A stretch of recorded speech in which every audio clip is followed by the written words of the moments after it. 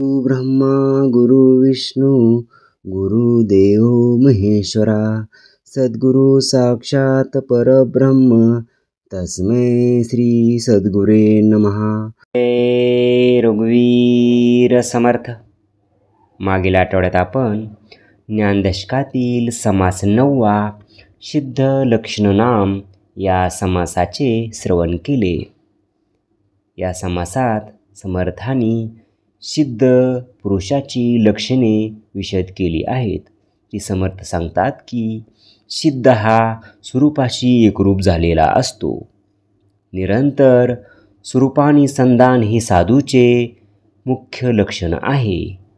साधकच साधन करून पुढे सिद्ध झालेला असतो। बाह्य परिस्थिती कशी असली तरी त्याचे अंतर्बाह्य समाधान जराही ढळत नाही। सिद्धाची अंतरीय वृत्तीच निवृत्त झालेली असते। त्याचे अंतःकरण भगवंताकडे लागलेले असते। संत संगतीमध्ये सतत अध्यात्माचे निरूपण श्रवण केल्याने सिद्धाची वृत्तीही निर्गुणी असते। सिद्ध म्हणजे साधू हे निष्काम आणि क्रोधरहित असतात। सगळ्या प्रकारच्या विषयापासून ते अलिप्त असतात। अवघे ब्रह्मांड हेच त्यांचे घर झालेले असते। त्यामुळे ते निर्लोप तसेच शोकरहित असतात। सिद्ध पुरुषांना उन्मनी अवस्था प्राप्त झालेली असल्याने ते मोहातीत असतात। ते निर्भय तसेच खेदरहित असतात। परमार्थाची इच्छा धरल्याने स्वार्थाची दुराशा नष्ट झालेली असते। त्यामुळे त्यांच्याकडे वैराग्य असते। समर्थ सांगतात की अध्यात्मनिरूपणामुळे त्याच्या श्रवणाने सिद्धाची लक्षणे अंगी बांधतात। आता चालू आठवड्यात ज्ञानदशकातील शेवटचा समास शून्यत्व निरसन नाम हा सुरू झाला असून त्याचे श्रवण आता आपण करूयात। जय जय रघुवीर समर्थ। श्रीमत दासबोध दशक 8वा ज्ञानदशक मायोद्भव नाम समास 10वा शून्यत्व निरसन नाम। श्रीराम समर्थ। जनाचे अनुभव पुसता कळलो ओटीला अवचिता हा कथा कल्लोळ श्रोता कौतुके ऐकावा। श्री समर्थ म्हणतात की लोकांना त्यांच्या अनुभवाबद्दल विचारताच एकच गदारोळ माजला। प्रत्येकजण आपले मत अनुभव सांगू लागला। त्यामुळे काही जो कल्लोळ उडाला तो श्रोत्यांनी कौतुकाने ऐकावा। एक मनती हा संसारू करिता पाविजे पैल पारू आपला नव्हे की जोजारू जीव देवाचे। एक म्हणतो की हा संसार करता करताच आपण पैल तिऱ्याला पोचू। हा व्याप काय आपला थोडाच आहे। सर्व हे जीव देवाचे आहेत। एक म्हणती हे न घडे लोभ येऊन अंगी पडे पोटस्ते करणे घडे सेवा कुटुंबाची। तर दुसरा कोणी म्हणतो की असे काही घडणार नाही। संसार करता करता लोभ अंगाला येऊन चिटकतो। पोटासाठी कुटुंबाची सेवा करणे भाग पडते। एक मनती स्वभावे संसार करावा सुख नावे काही दान पुण्य करावे सद्गती कारणे। तर कुणी म्हणतात की सुखानेच संसार करावा मात्र सद्गती प्राप्त व्हावी म्हणून काही दान पुण्य आधीही करावे। एक म्हणती संसार खोटा वैराग्य घ्यावा देशवटा येणे स्वर्गलोकीच्या वाटा मोकळ्या होती। तर कुणी म्हणतात की संसार हा खोटा आहे म्हणून वैराग्य धारण करून देशाचा त्याग करावा म्हणजे स्वर्गप्राप्तीचे अनेक मार्ग मोकळे होतात। एक म्हणती कोठे जावे व्यर्थची कासाया हिंडावे आपुले आश्रमी असावे आश्रम धर्म करुणी। कोणी म्हणतात की कुठेच जायचे व्यर्थ कशाला इकडे तिकडे हिंडायचे त्यापेक्षा आपला जो आश्रम असेल त्यात आचरण करून त्या आश्रमातच राहून करावे। एक म्हणती कैचा धर्म अवघा होतसे अधर्म ए संसारी नाना कर्म करणे लागे। कुणी म्हणतात की कुठला आला हे धर्म, सर्व अधर्मच घडत असतो. या संसारात नाना प्रकारची कर्मे करावी लागतात. एक म्हणती बहुता परी, वासना असावी वरी, एनी जे तरी जे संसारी अनायसे. कोणी म्हणतात की या सर्वापेक्षा आपली वासना बरी असावी, म्हणजे अनायसे संसारी तरी तरुण जाता येते. एक म्हणती कारण भाव, भावीचे पाविजे देव, येर हे अवघेच वाव, यथा गोवी. एक म्हणतात की आपला भावच सर्व गोष्टीस कारण असतो. भाव चांगला असेल तर त्यामुळे देवाचीही प्राप्ती होते. भावाशिवाय सर्व व्यर्थ आहे. एक म्हणती वडील जीवे, अवघी देवाची मानावी, माय बापे पूजित जावी एको भावे. आपल्या आईवडिलांना जीव भावाने देव मानित जावे व एकनिष्ठपणे आईवडिलांची पूजा करावी असे काही जण म्हणतात. एक म्हणते देव ब्राह्मण, त्यांचे करावे पूजन, मायबाप नारायण विश्वजनाचा. तर कुणी म्हणतात की देवा ब्राह्मणाचे पूजन करावे, त्यामुळे भगवान नारायण प्रसन्न होतात.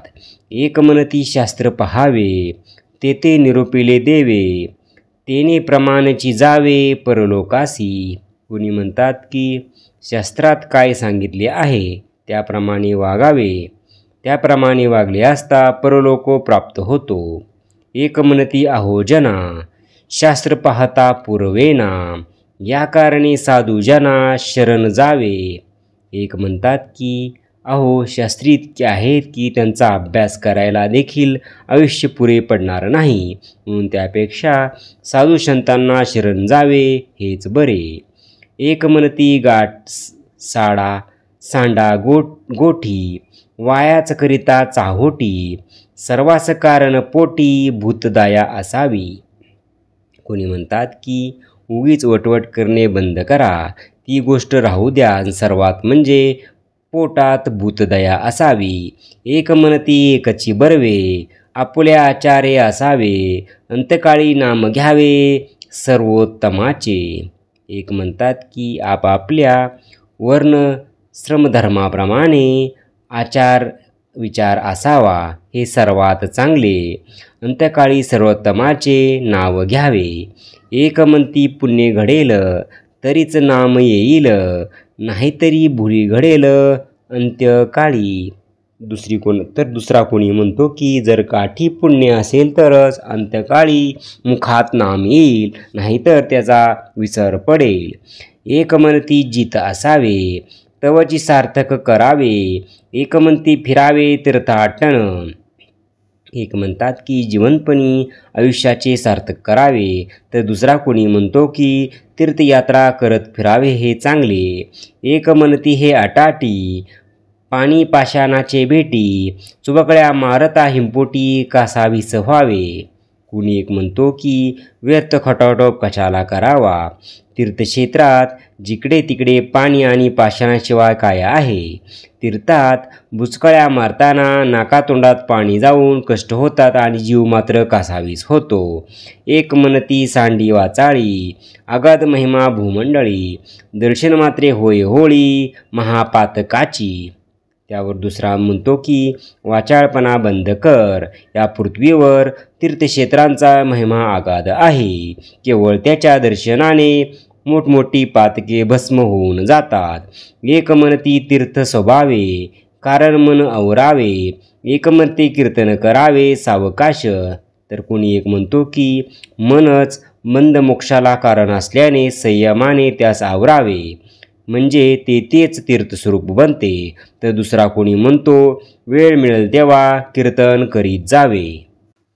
एक म्हणती योग बरवा, मुख्य तोची आधी साधावा, देहो अमरची करावा अकस्मात. कोणी म्हणतो की योग हेच उत्तम साधन आहे, म्हणून तोच मुख्य साधावा आणि एकाएकी आपला देहच अमर करावा. एक म्हणती ऐसे काय, काळवंचना करू नये, एक म्हणती धरावे सोय भक्ती मार्गाची. त्यावर दुसरा कोणी म्हणतो की हे बरे नाही, माणसाने काळाची फसवणूक करू नये. तर तिसरा कोणी म्हणतो की आपले आपण भक्तिमार्गास लागावे हेच बरे. एक म्हणती ज्ञान बरवे, एक म्हणती साधन करावे, एक म्हणती मुक्त असावे निरंतर. कोणी म्हणतात की ज्ञान उत्तम, कोणी म्हणतात की साधन करावे, तर कोणी म्हणतात की निरंतर मुक्तच असावे. एक म्हणती अर्णंगळा, धरी पापाचा कंटाळा, एक म्हणती रे मोकळा मार्ग आमुचा. त्यावर कुणी एखादा म्हणतो की अरे माणसा, जरा तरी पापाचा कयंगळा धर. त्यावर तो उत्तर देतो की अरे आमच्या मार्गात मुळीच मोकळेपणाने वागण्याचा आहे. एक म्हणती हे विशेष, करू नये निंदाद्वेष, एक म्हणती सावकाश दृष्टसंग त्यागावा.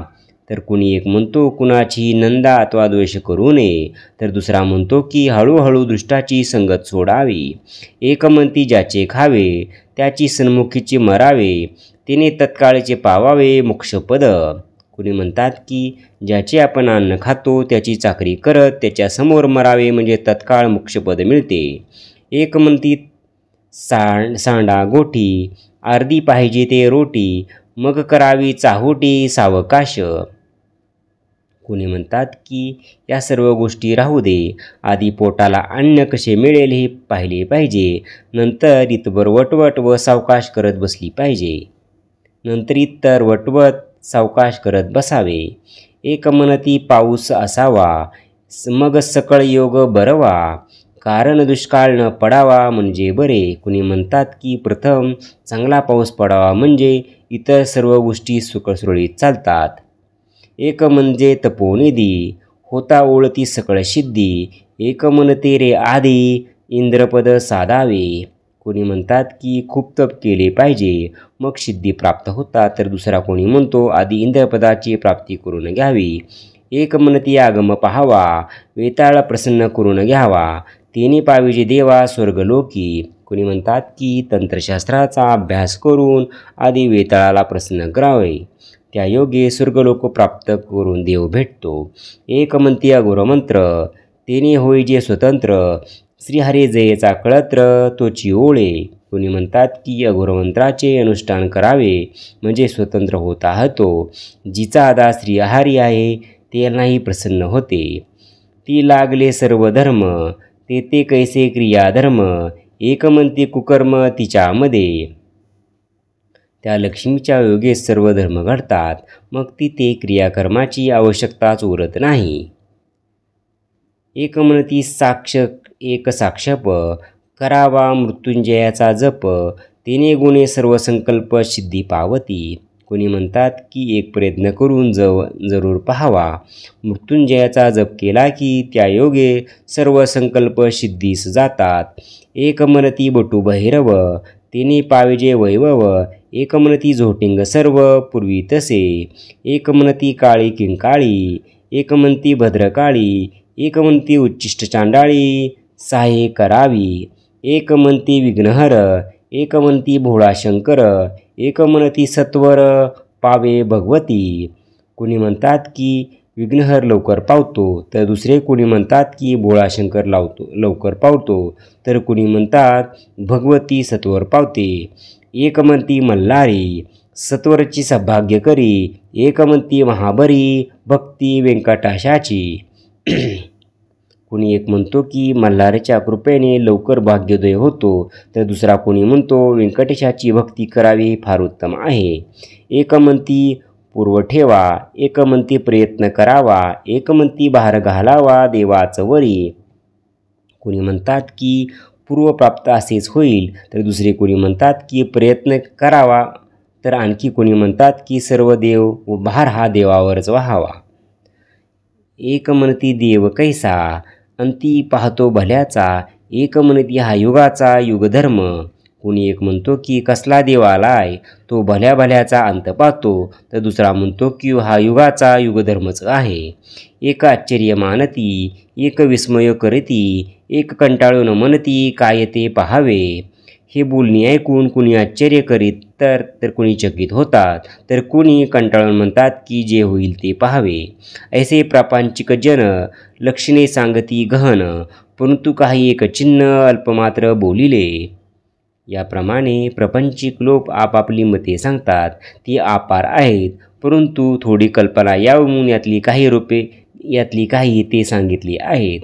आता असो हा स्वभाव, ज्ञाताचा कैसा अनुभव, तोही सांगितले सर्व सावध ऐका.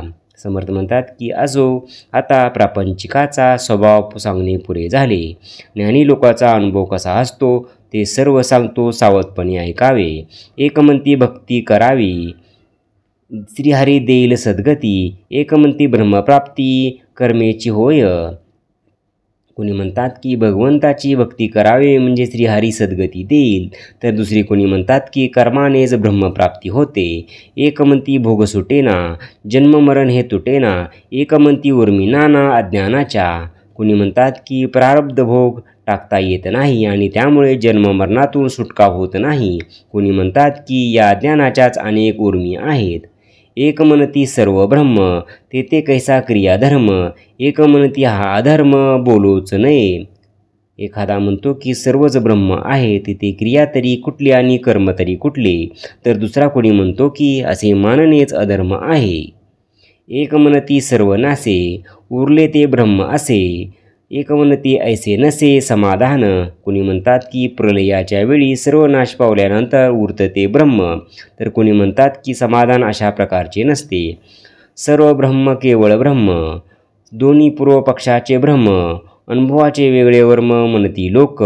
कोणी म्हणतात की सर्व ब्रह्म असे म्हणणे आणि सर्व जाऊन उरते ते ब्रह्म म्हणणे हे दोन्ही पूर्वपक्षाचे श्रम आहे. अनुभवाचे वर्म काही वेगळेच असते. एकमनती हे न घडे, अनुर्वाच्य वस्तू घडे, जे बोलता मौन्य पडे वेदशास्त्राची. एक म्हणतात की जी अनुर्वास्त वस्तू आहे तिचे वर्णन करू शकत नाही. वेद आणि शास्त्रे यांनाही त्याचे वर्णन करताना मौन धरावे लागते. तव श्रोता अनुवादला, मने निश्चय कोण केला, सिद्धांतमध्ये अनुभवला उरी कैसी. तिथे तेव्हा श्रोत्यांनी शंका घेतली की ब्रह्म कसे आहे हा निश्चय कोणी केला. सिद्धांत असा आहे की अनुभवाला वावच नाही, म्हणून अनुभवरूपी द्वैतही ब्रह्माच्या ठिकाणी उरत नाही. अनुभवदेही वेगळाले, हे पूर्वीच बोलेले, आता काही एक केले नवेच की. प्रत्येक जिहाचे अनुभव वेगवेगळे असतात. आता काही केली तरी ते एक होऊ शकत नाहीत. एक साक्षीत्व वर्तती, साक्षी वेगळाच म्हणती. आपण दृष्टा ऐशी स्थिती स्वानुभवाची. दृश्यापासून दृष्टा वेगळा, ऐसा अलिप्तपणाची कळा. आपण साक्षीत्व निराळा स्वानुभवे. दृश्यापासून दृष्ट नेहमीच वेगळा असतो. याचा साक्षात अनुभव आला की दृश्यात राहून अलिप्त कसे राहावे ही कला अवगत होते. मग त्याला आपण साक्षीत्वाने निराळे असल्याचा अनुभव येतो. सकळ पदार्थ जाणता, तो पदार्थाहून परता, देह असून अलिप्तता सहजीची झाली. जो सर्व पदार्थांना जाणतो तो सर्व पदार्थापासून वेगळाच असतो. त्यामुळे ज्ञाता देहात असूनही सहजच त्यापासून अलिप्त असतो. एक ऐसे स्वानुभवे, मनती साक्षीत्वे वर्तावे. दृश्य असून वेगळे व्हावे द्रष्टेपणे. एक स्वानुभवाने असे म्हणतात की आपण साक्षीत्वाने वेगळे आहोत, म्हणून दृश्यात असूनही दृष्टीपणाने त्यापासून वेगळे व्हावे. एकमनती नाही भेद, वस्तू ठाईची अभेद, तेथे कैसा मतिमंद द्रष्टा नेला. कुणी दुसरे म्हणतात की आत्मवस्तू एकच आहे, तेथे भेद नसताना हा मतिमंद द्रष्टा कसा आणला. अवघी साकाराची स्वभावे, तेथे कडू काय निवडावे. द्रष्टा कैसे स्वानुभवावे अवघेची ब्रह्म. सर्वजण साकर आहे, त्यात कडू कसे निवडावे. त्यामुळे ब्रह्माशिवाय दुसरे काही नाही. प्रपंच परब्रह्म अभेद, भेदवादी मानिती भेद. परी आत्मा स्वानंद आकारला. प्रपंच आणि परब्रह्म यात भेदच नाही, ते एकरूप आहेत. विगुरुले तूप ढिजले, तैसे निर्गुणासी गुण आले. तेथे काय वेगळे केले द्रष्टेपणे. म्हणून द्रष्टा आणि दृश्य अवघा एकची जगदीश. दृष्टेपणाचे सायास कास यासी. म्हणून द्रष्टा आणि दृश्य मिळून सर्व एकच जगदीश आहेत. जगदीश दृष्टपणाने सायास कशाला करावे. ब्रह्मची आकारले सर्व ऐसा लोकाचा अनुभव. ब्रह्मची आकारले सर्व ऐसा एकाचा अनुभव. ऐसे दोन्ही स्वभाव निरोपले. सर्व दृश्य हे दृश्य जग म्हणजे परब्रह्म साकार आहे असा एखाद्याचा अनुभव असतो. याप्रमाणे दोन्ही स्वभाव वर्णन केले आहेत. अवघा आत्मा आकारावा आपण भिन्न कैसा उरला. दुसरा अनुभव बोलिला ऐसिया परी. ऐक तिसरा अनुभव प्रपंच सारून या सर्व काही नाही तोची देव ऐसे म्हणती. दृश्य अवघे वेगळे केले केवळ अदृश्यचे उरले त्याची ब्रह्म अनुभवले एकची म्हणती. हे सर्व दृश्य केल्यानंतर केवळ अदृश्य जे उरले तेच ब्रह्म आहे असा काही अनुभव लोक सांगतात. परी ते ब्रह्म म्हणू नये. उपायासारखे अपाये शून्यत्वाचं ब्रह्म काय म्हणू येईल. पण त्याला ब्रह्म मानू नये कारण शून्याला ब्रह्म म्हटल्याने उपायच अपाय ठरेल. दृश्य अवघे ओलांडावे अदृश्य शून्यत्वी पडिले. ब्रह्म म्हणून मुरडले तेथूनची मागे. दृश्य सर्व ओलांडले की अदृश्य शिल्लक राहते. ते शून्यरूप असते. साधक त्याला ब्रह्म समजतो आणि माग फिरतो. इकडे दृश्य तिकडे देव मध्ये शून्यत्वाचा ठाव. तयास मंद बुद्धिस्तव प्राणी ब्रह्म म्हणे. रायास नाही ओळखिले सेवकास रावसे कल्पिले. तरी ते अवघेच व्यर्थ गेले राजा देखता. समर्थ म्हणतात की एखाद्याने राजाला ओळखत नसल्याने सेवकालाच राजा मानले आणि प्रत्यक्ष राजाची भेट झाल्यावर ते व्यर्थ ठरले. तैसे शून्यत्व कल्पिले ब्रह्म पुढे देखता परब्रह्म. शून्यत्वाचा अवघा ब्रह्म तुटून गेला. समर्थ म्हणतात की तसे शून्यत्व हेच ब्रह्म अशी कल्पना केली पण पुढे परब्रह्माचा साक्षात अनुभव आल्यावर शून्यत्व हेच ब्रह्म हे सर्व श्रम नष्ट झाले. परी सूक्ष्म आडतळा वारे विवेके वेगळा. जैसे दुग्ध घेऊन जळा राजहंस सांडी. समर्थ म्हणतात की म्हणून हा सूक्ष्म अडथळा राजहंस ज्याप्रमाणे पाण्याचा त्याग करून दूध तेवढंच घेतो त्याप्रमाणे सारासार विवेकाने दूर करावा. आदी दृश्य सोडिले मग शून्यत्व ओलांडिले. मूळ मायापरती देखिले परब्रह्म. समर्थ म्हणतात की आधी दृश्य पांचभौतिक सृष्टीचा त्याग करावा मग शून्यत्व ओलांडावे आणि मूळ मायेच्या पलीकडे असलेले परब्रह्म पहावे. वेगळेपणे पाहणे घडे तेथे वृत्ती शून्यत्वी पडे. पोटी संदेह पवाडे शून्यत्वाचा. समर्थ म्हणतात की जी वस्तू पाहावायची ती व पाहणारा असे वेगळेपणा येतो त्यामुळेच वृत्ती शून्यत्वात पडते. मग शून्यत्व हेच ब्रह्म असा संदेह मनात उत्पन्न होतो. भिन्नपणे अनुभवले तयाश शून्यायसे बोलिले. वस्तुलक्षता भिन्न झाले पाहिजे आधी. वस्तू आपणची होय ऐसे वस्तूचे पाहणे निश्चयची भिन्नपणे शून्यत्व लाभे. समर्थ म्हणतात की आत्मवस्तूला पाहणे हीच वस्तू स्वतः आपण होतो या प्रकारची असते. भिन्नपणामुळे निश्चितच शून्यत्वाची प्राप्ती होते. या कारणे शून्य काही परब्रह्म होणार नाही. वस्तुरूप होऊन पाही स्वानुभवे. समर्थ म्हणतात की शून्य हे परब्रह्म होऊ शकत नाही. स्वतःचा अनुभव घ्यावा व ब्रह्मस्वरूपच होऊन राहावे. आपण वस्तू सिद्धची आहे. मन मी कैसे कल्पू मन मी ऐसे कल्पू नये. साधू संगती उपाये तुझी आत्मा. मन मी ऐसे नथिले संती नाही निरोपले. मानावा कोणाच्या बरे मन मी ऐसे. संत वचनी ठेविता भाव तोची शुद्ध स्वानुभव. मनाचा तैसा स्वभाव आपण वस्तू. समर्थ म्हणतात की संत वचनावर दृढ निष्ठा ठेवावी कारण त्यांची वचने स्वानुभवावर आधारित असतात. मनाला जसे वळण लावावे तसे ते लागते हा मनाचा स्वभाव आहे. म्हणून आपण आत्मवस्तूच आहोत ही गोष्ट मनावर ठसवण्याचा प्रयत्न करावा. जयाचा घ्यावा अनुभव तोची आपण निरावेव. आपुला घेता अनुभव विश्वजन. समर्थ म्हणतात की ज्याचा आपण अनुभव घ्यावा जातो ती अवयवरहित वस्तूच आपण होतो हा अनुभव आपण घ्यावा व या आपल्या अनुभवाचा लाभ जगातील इतर लोकांसही मिळतो. लोभी धन साधू गेले, तव ते लोभी धनच आले, मग भाग्यपुरुषी भोगले सावकाश. समर्थ म्हणतात की लोभी माणूस हा धनाचा शोध घेऊ लागतो व अखेर तो धनच होतो. त्याची वृत्ती केवळ धनरूप बनते. तो स्वतःच्या धनाचा उपभोग घेत नाही आणि मग दुसराच कोणी भाग्यवान पुरुष त्या धनाचा दीर्घकाळ उपभोग घेतो. तेसे देहबुद्धी सोडिता साधकास झाले तत्वता, अनुभवाची मुख्य वार्ता तेही ऐसी. समर्थ म्हणतात की त्याप्रमाणे साधकाने देहबुद्धी सोडली की तो स्वतः ब्रह्मरूप होतो. अनुभवाशिवाय स्वानुभवाची हीच मुख्य गोम आहे. आपण वस्तूमुळे एक ऐसा ज्ञानाचा विवेक, येथून ज्ञानदशक संपूर्ण झाला.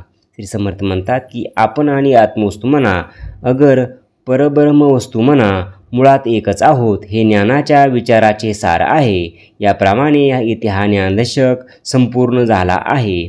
आत्मज्ञान निरोपिले, यथामतीने बोलिले, न्यून्यपणे क्षमा केले पाहिजे श्रुती. समर्थ म्हणतात की मी माझ्या बुद्धीनुसार आत्मज्ञानाचे निरूपण केले आहे.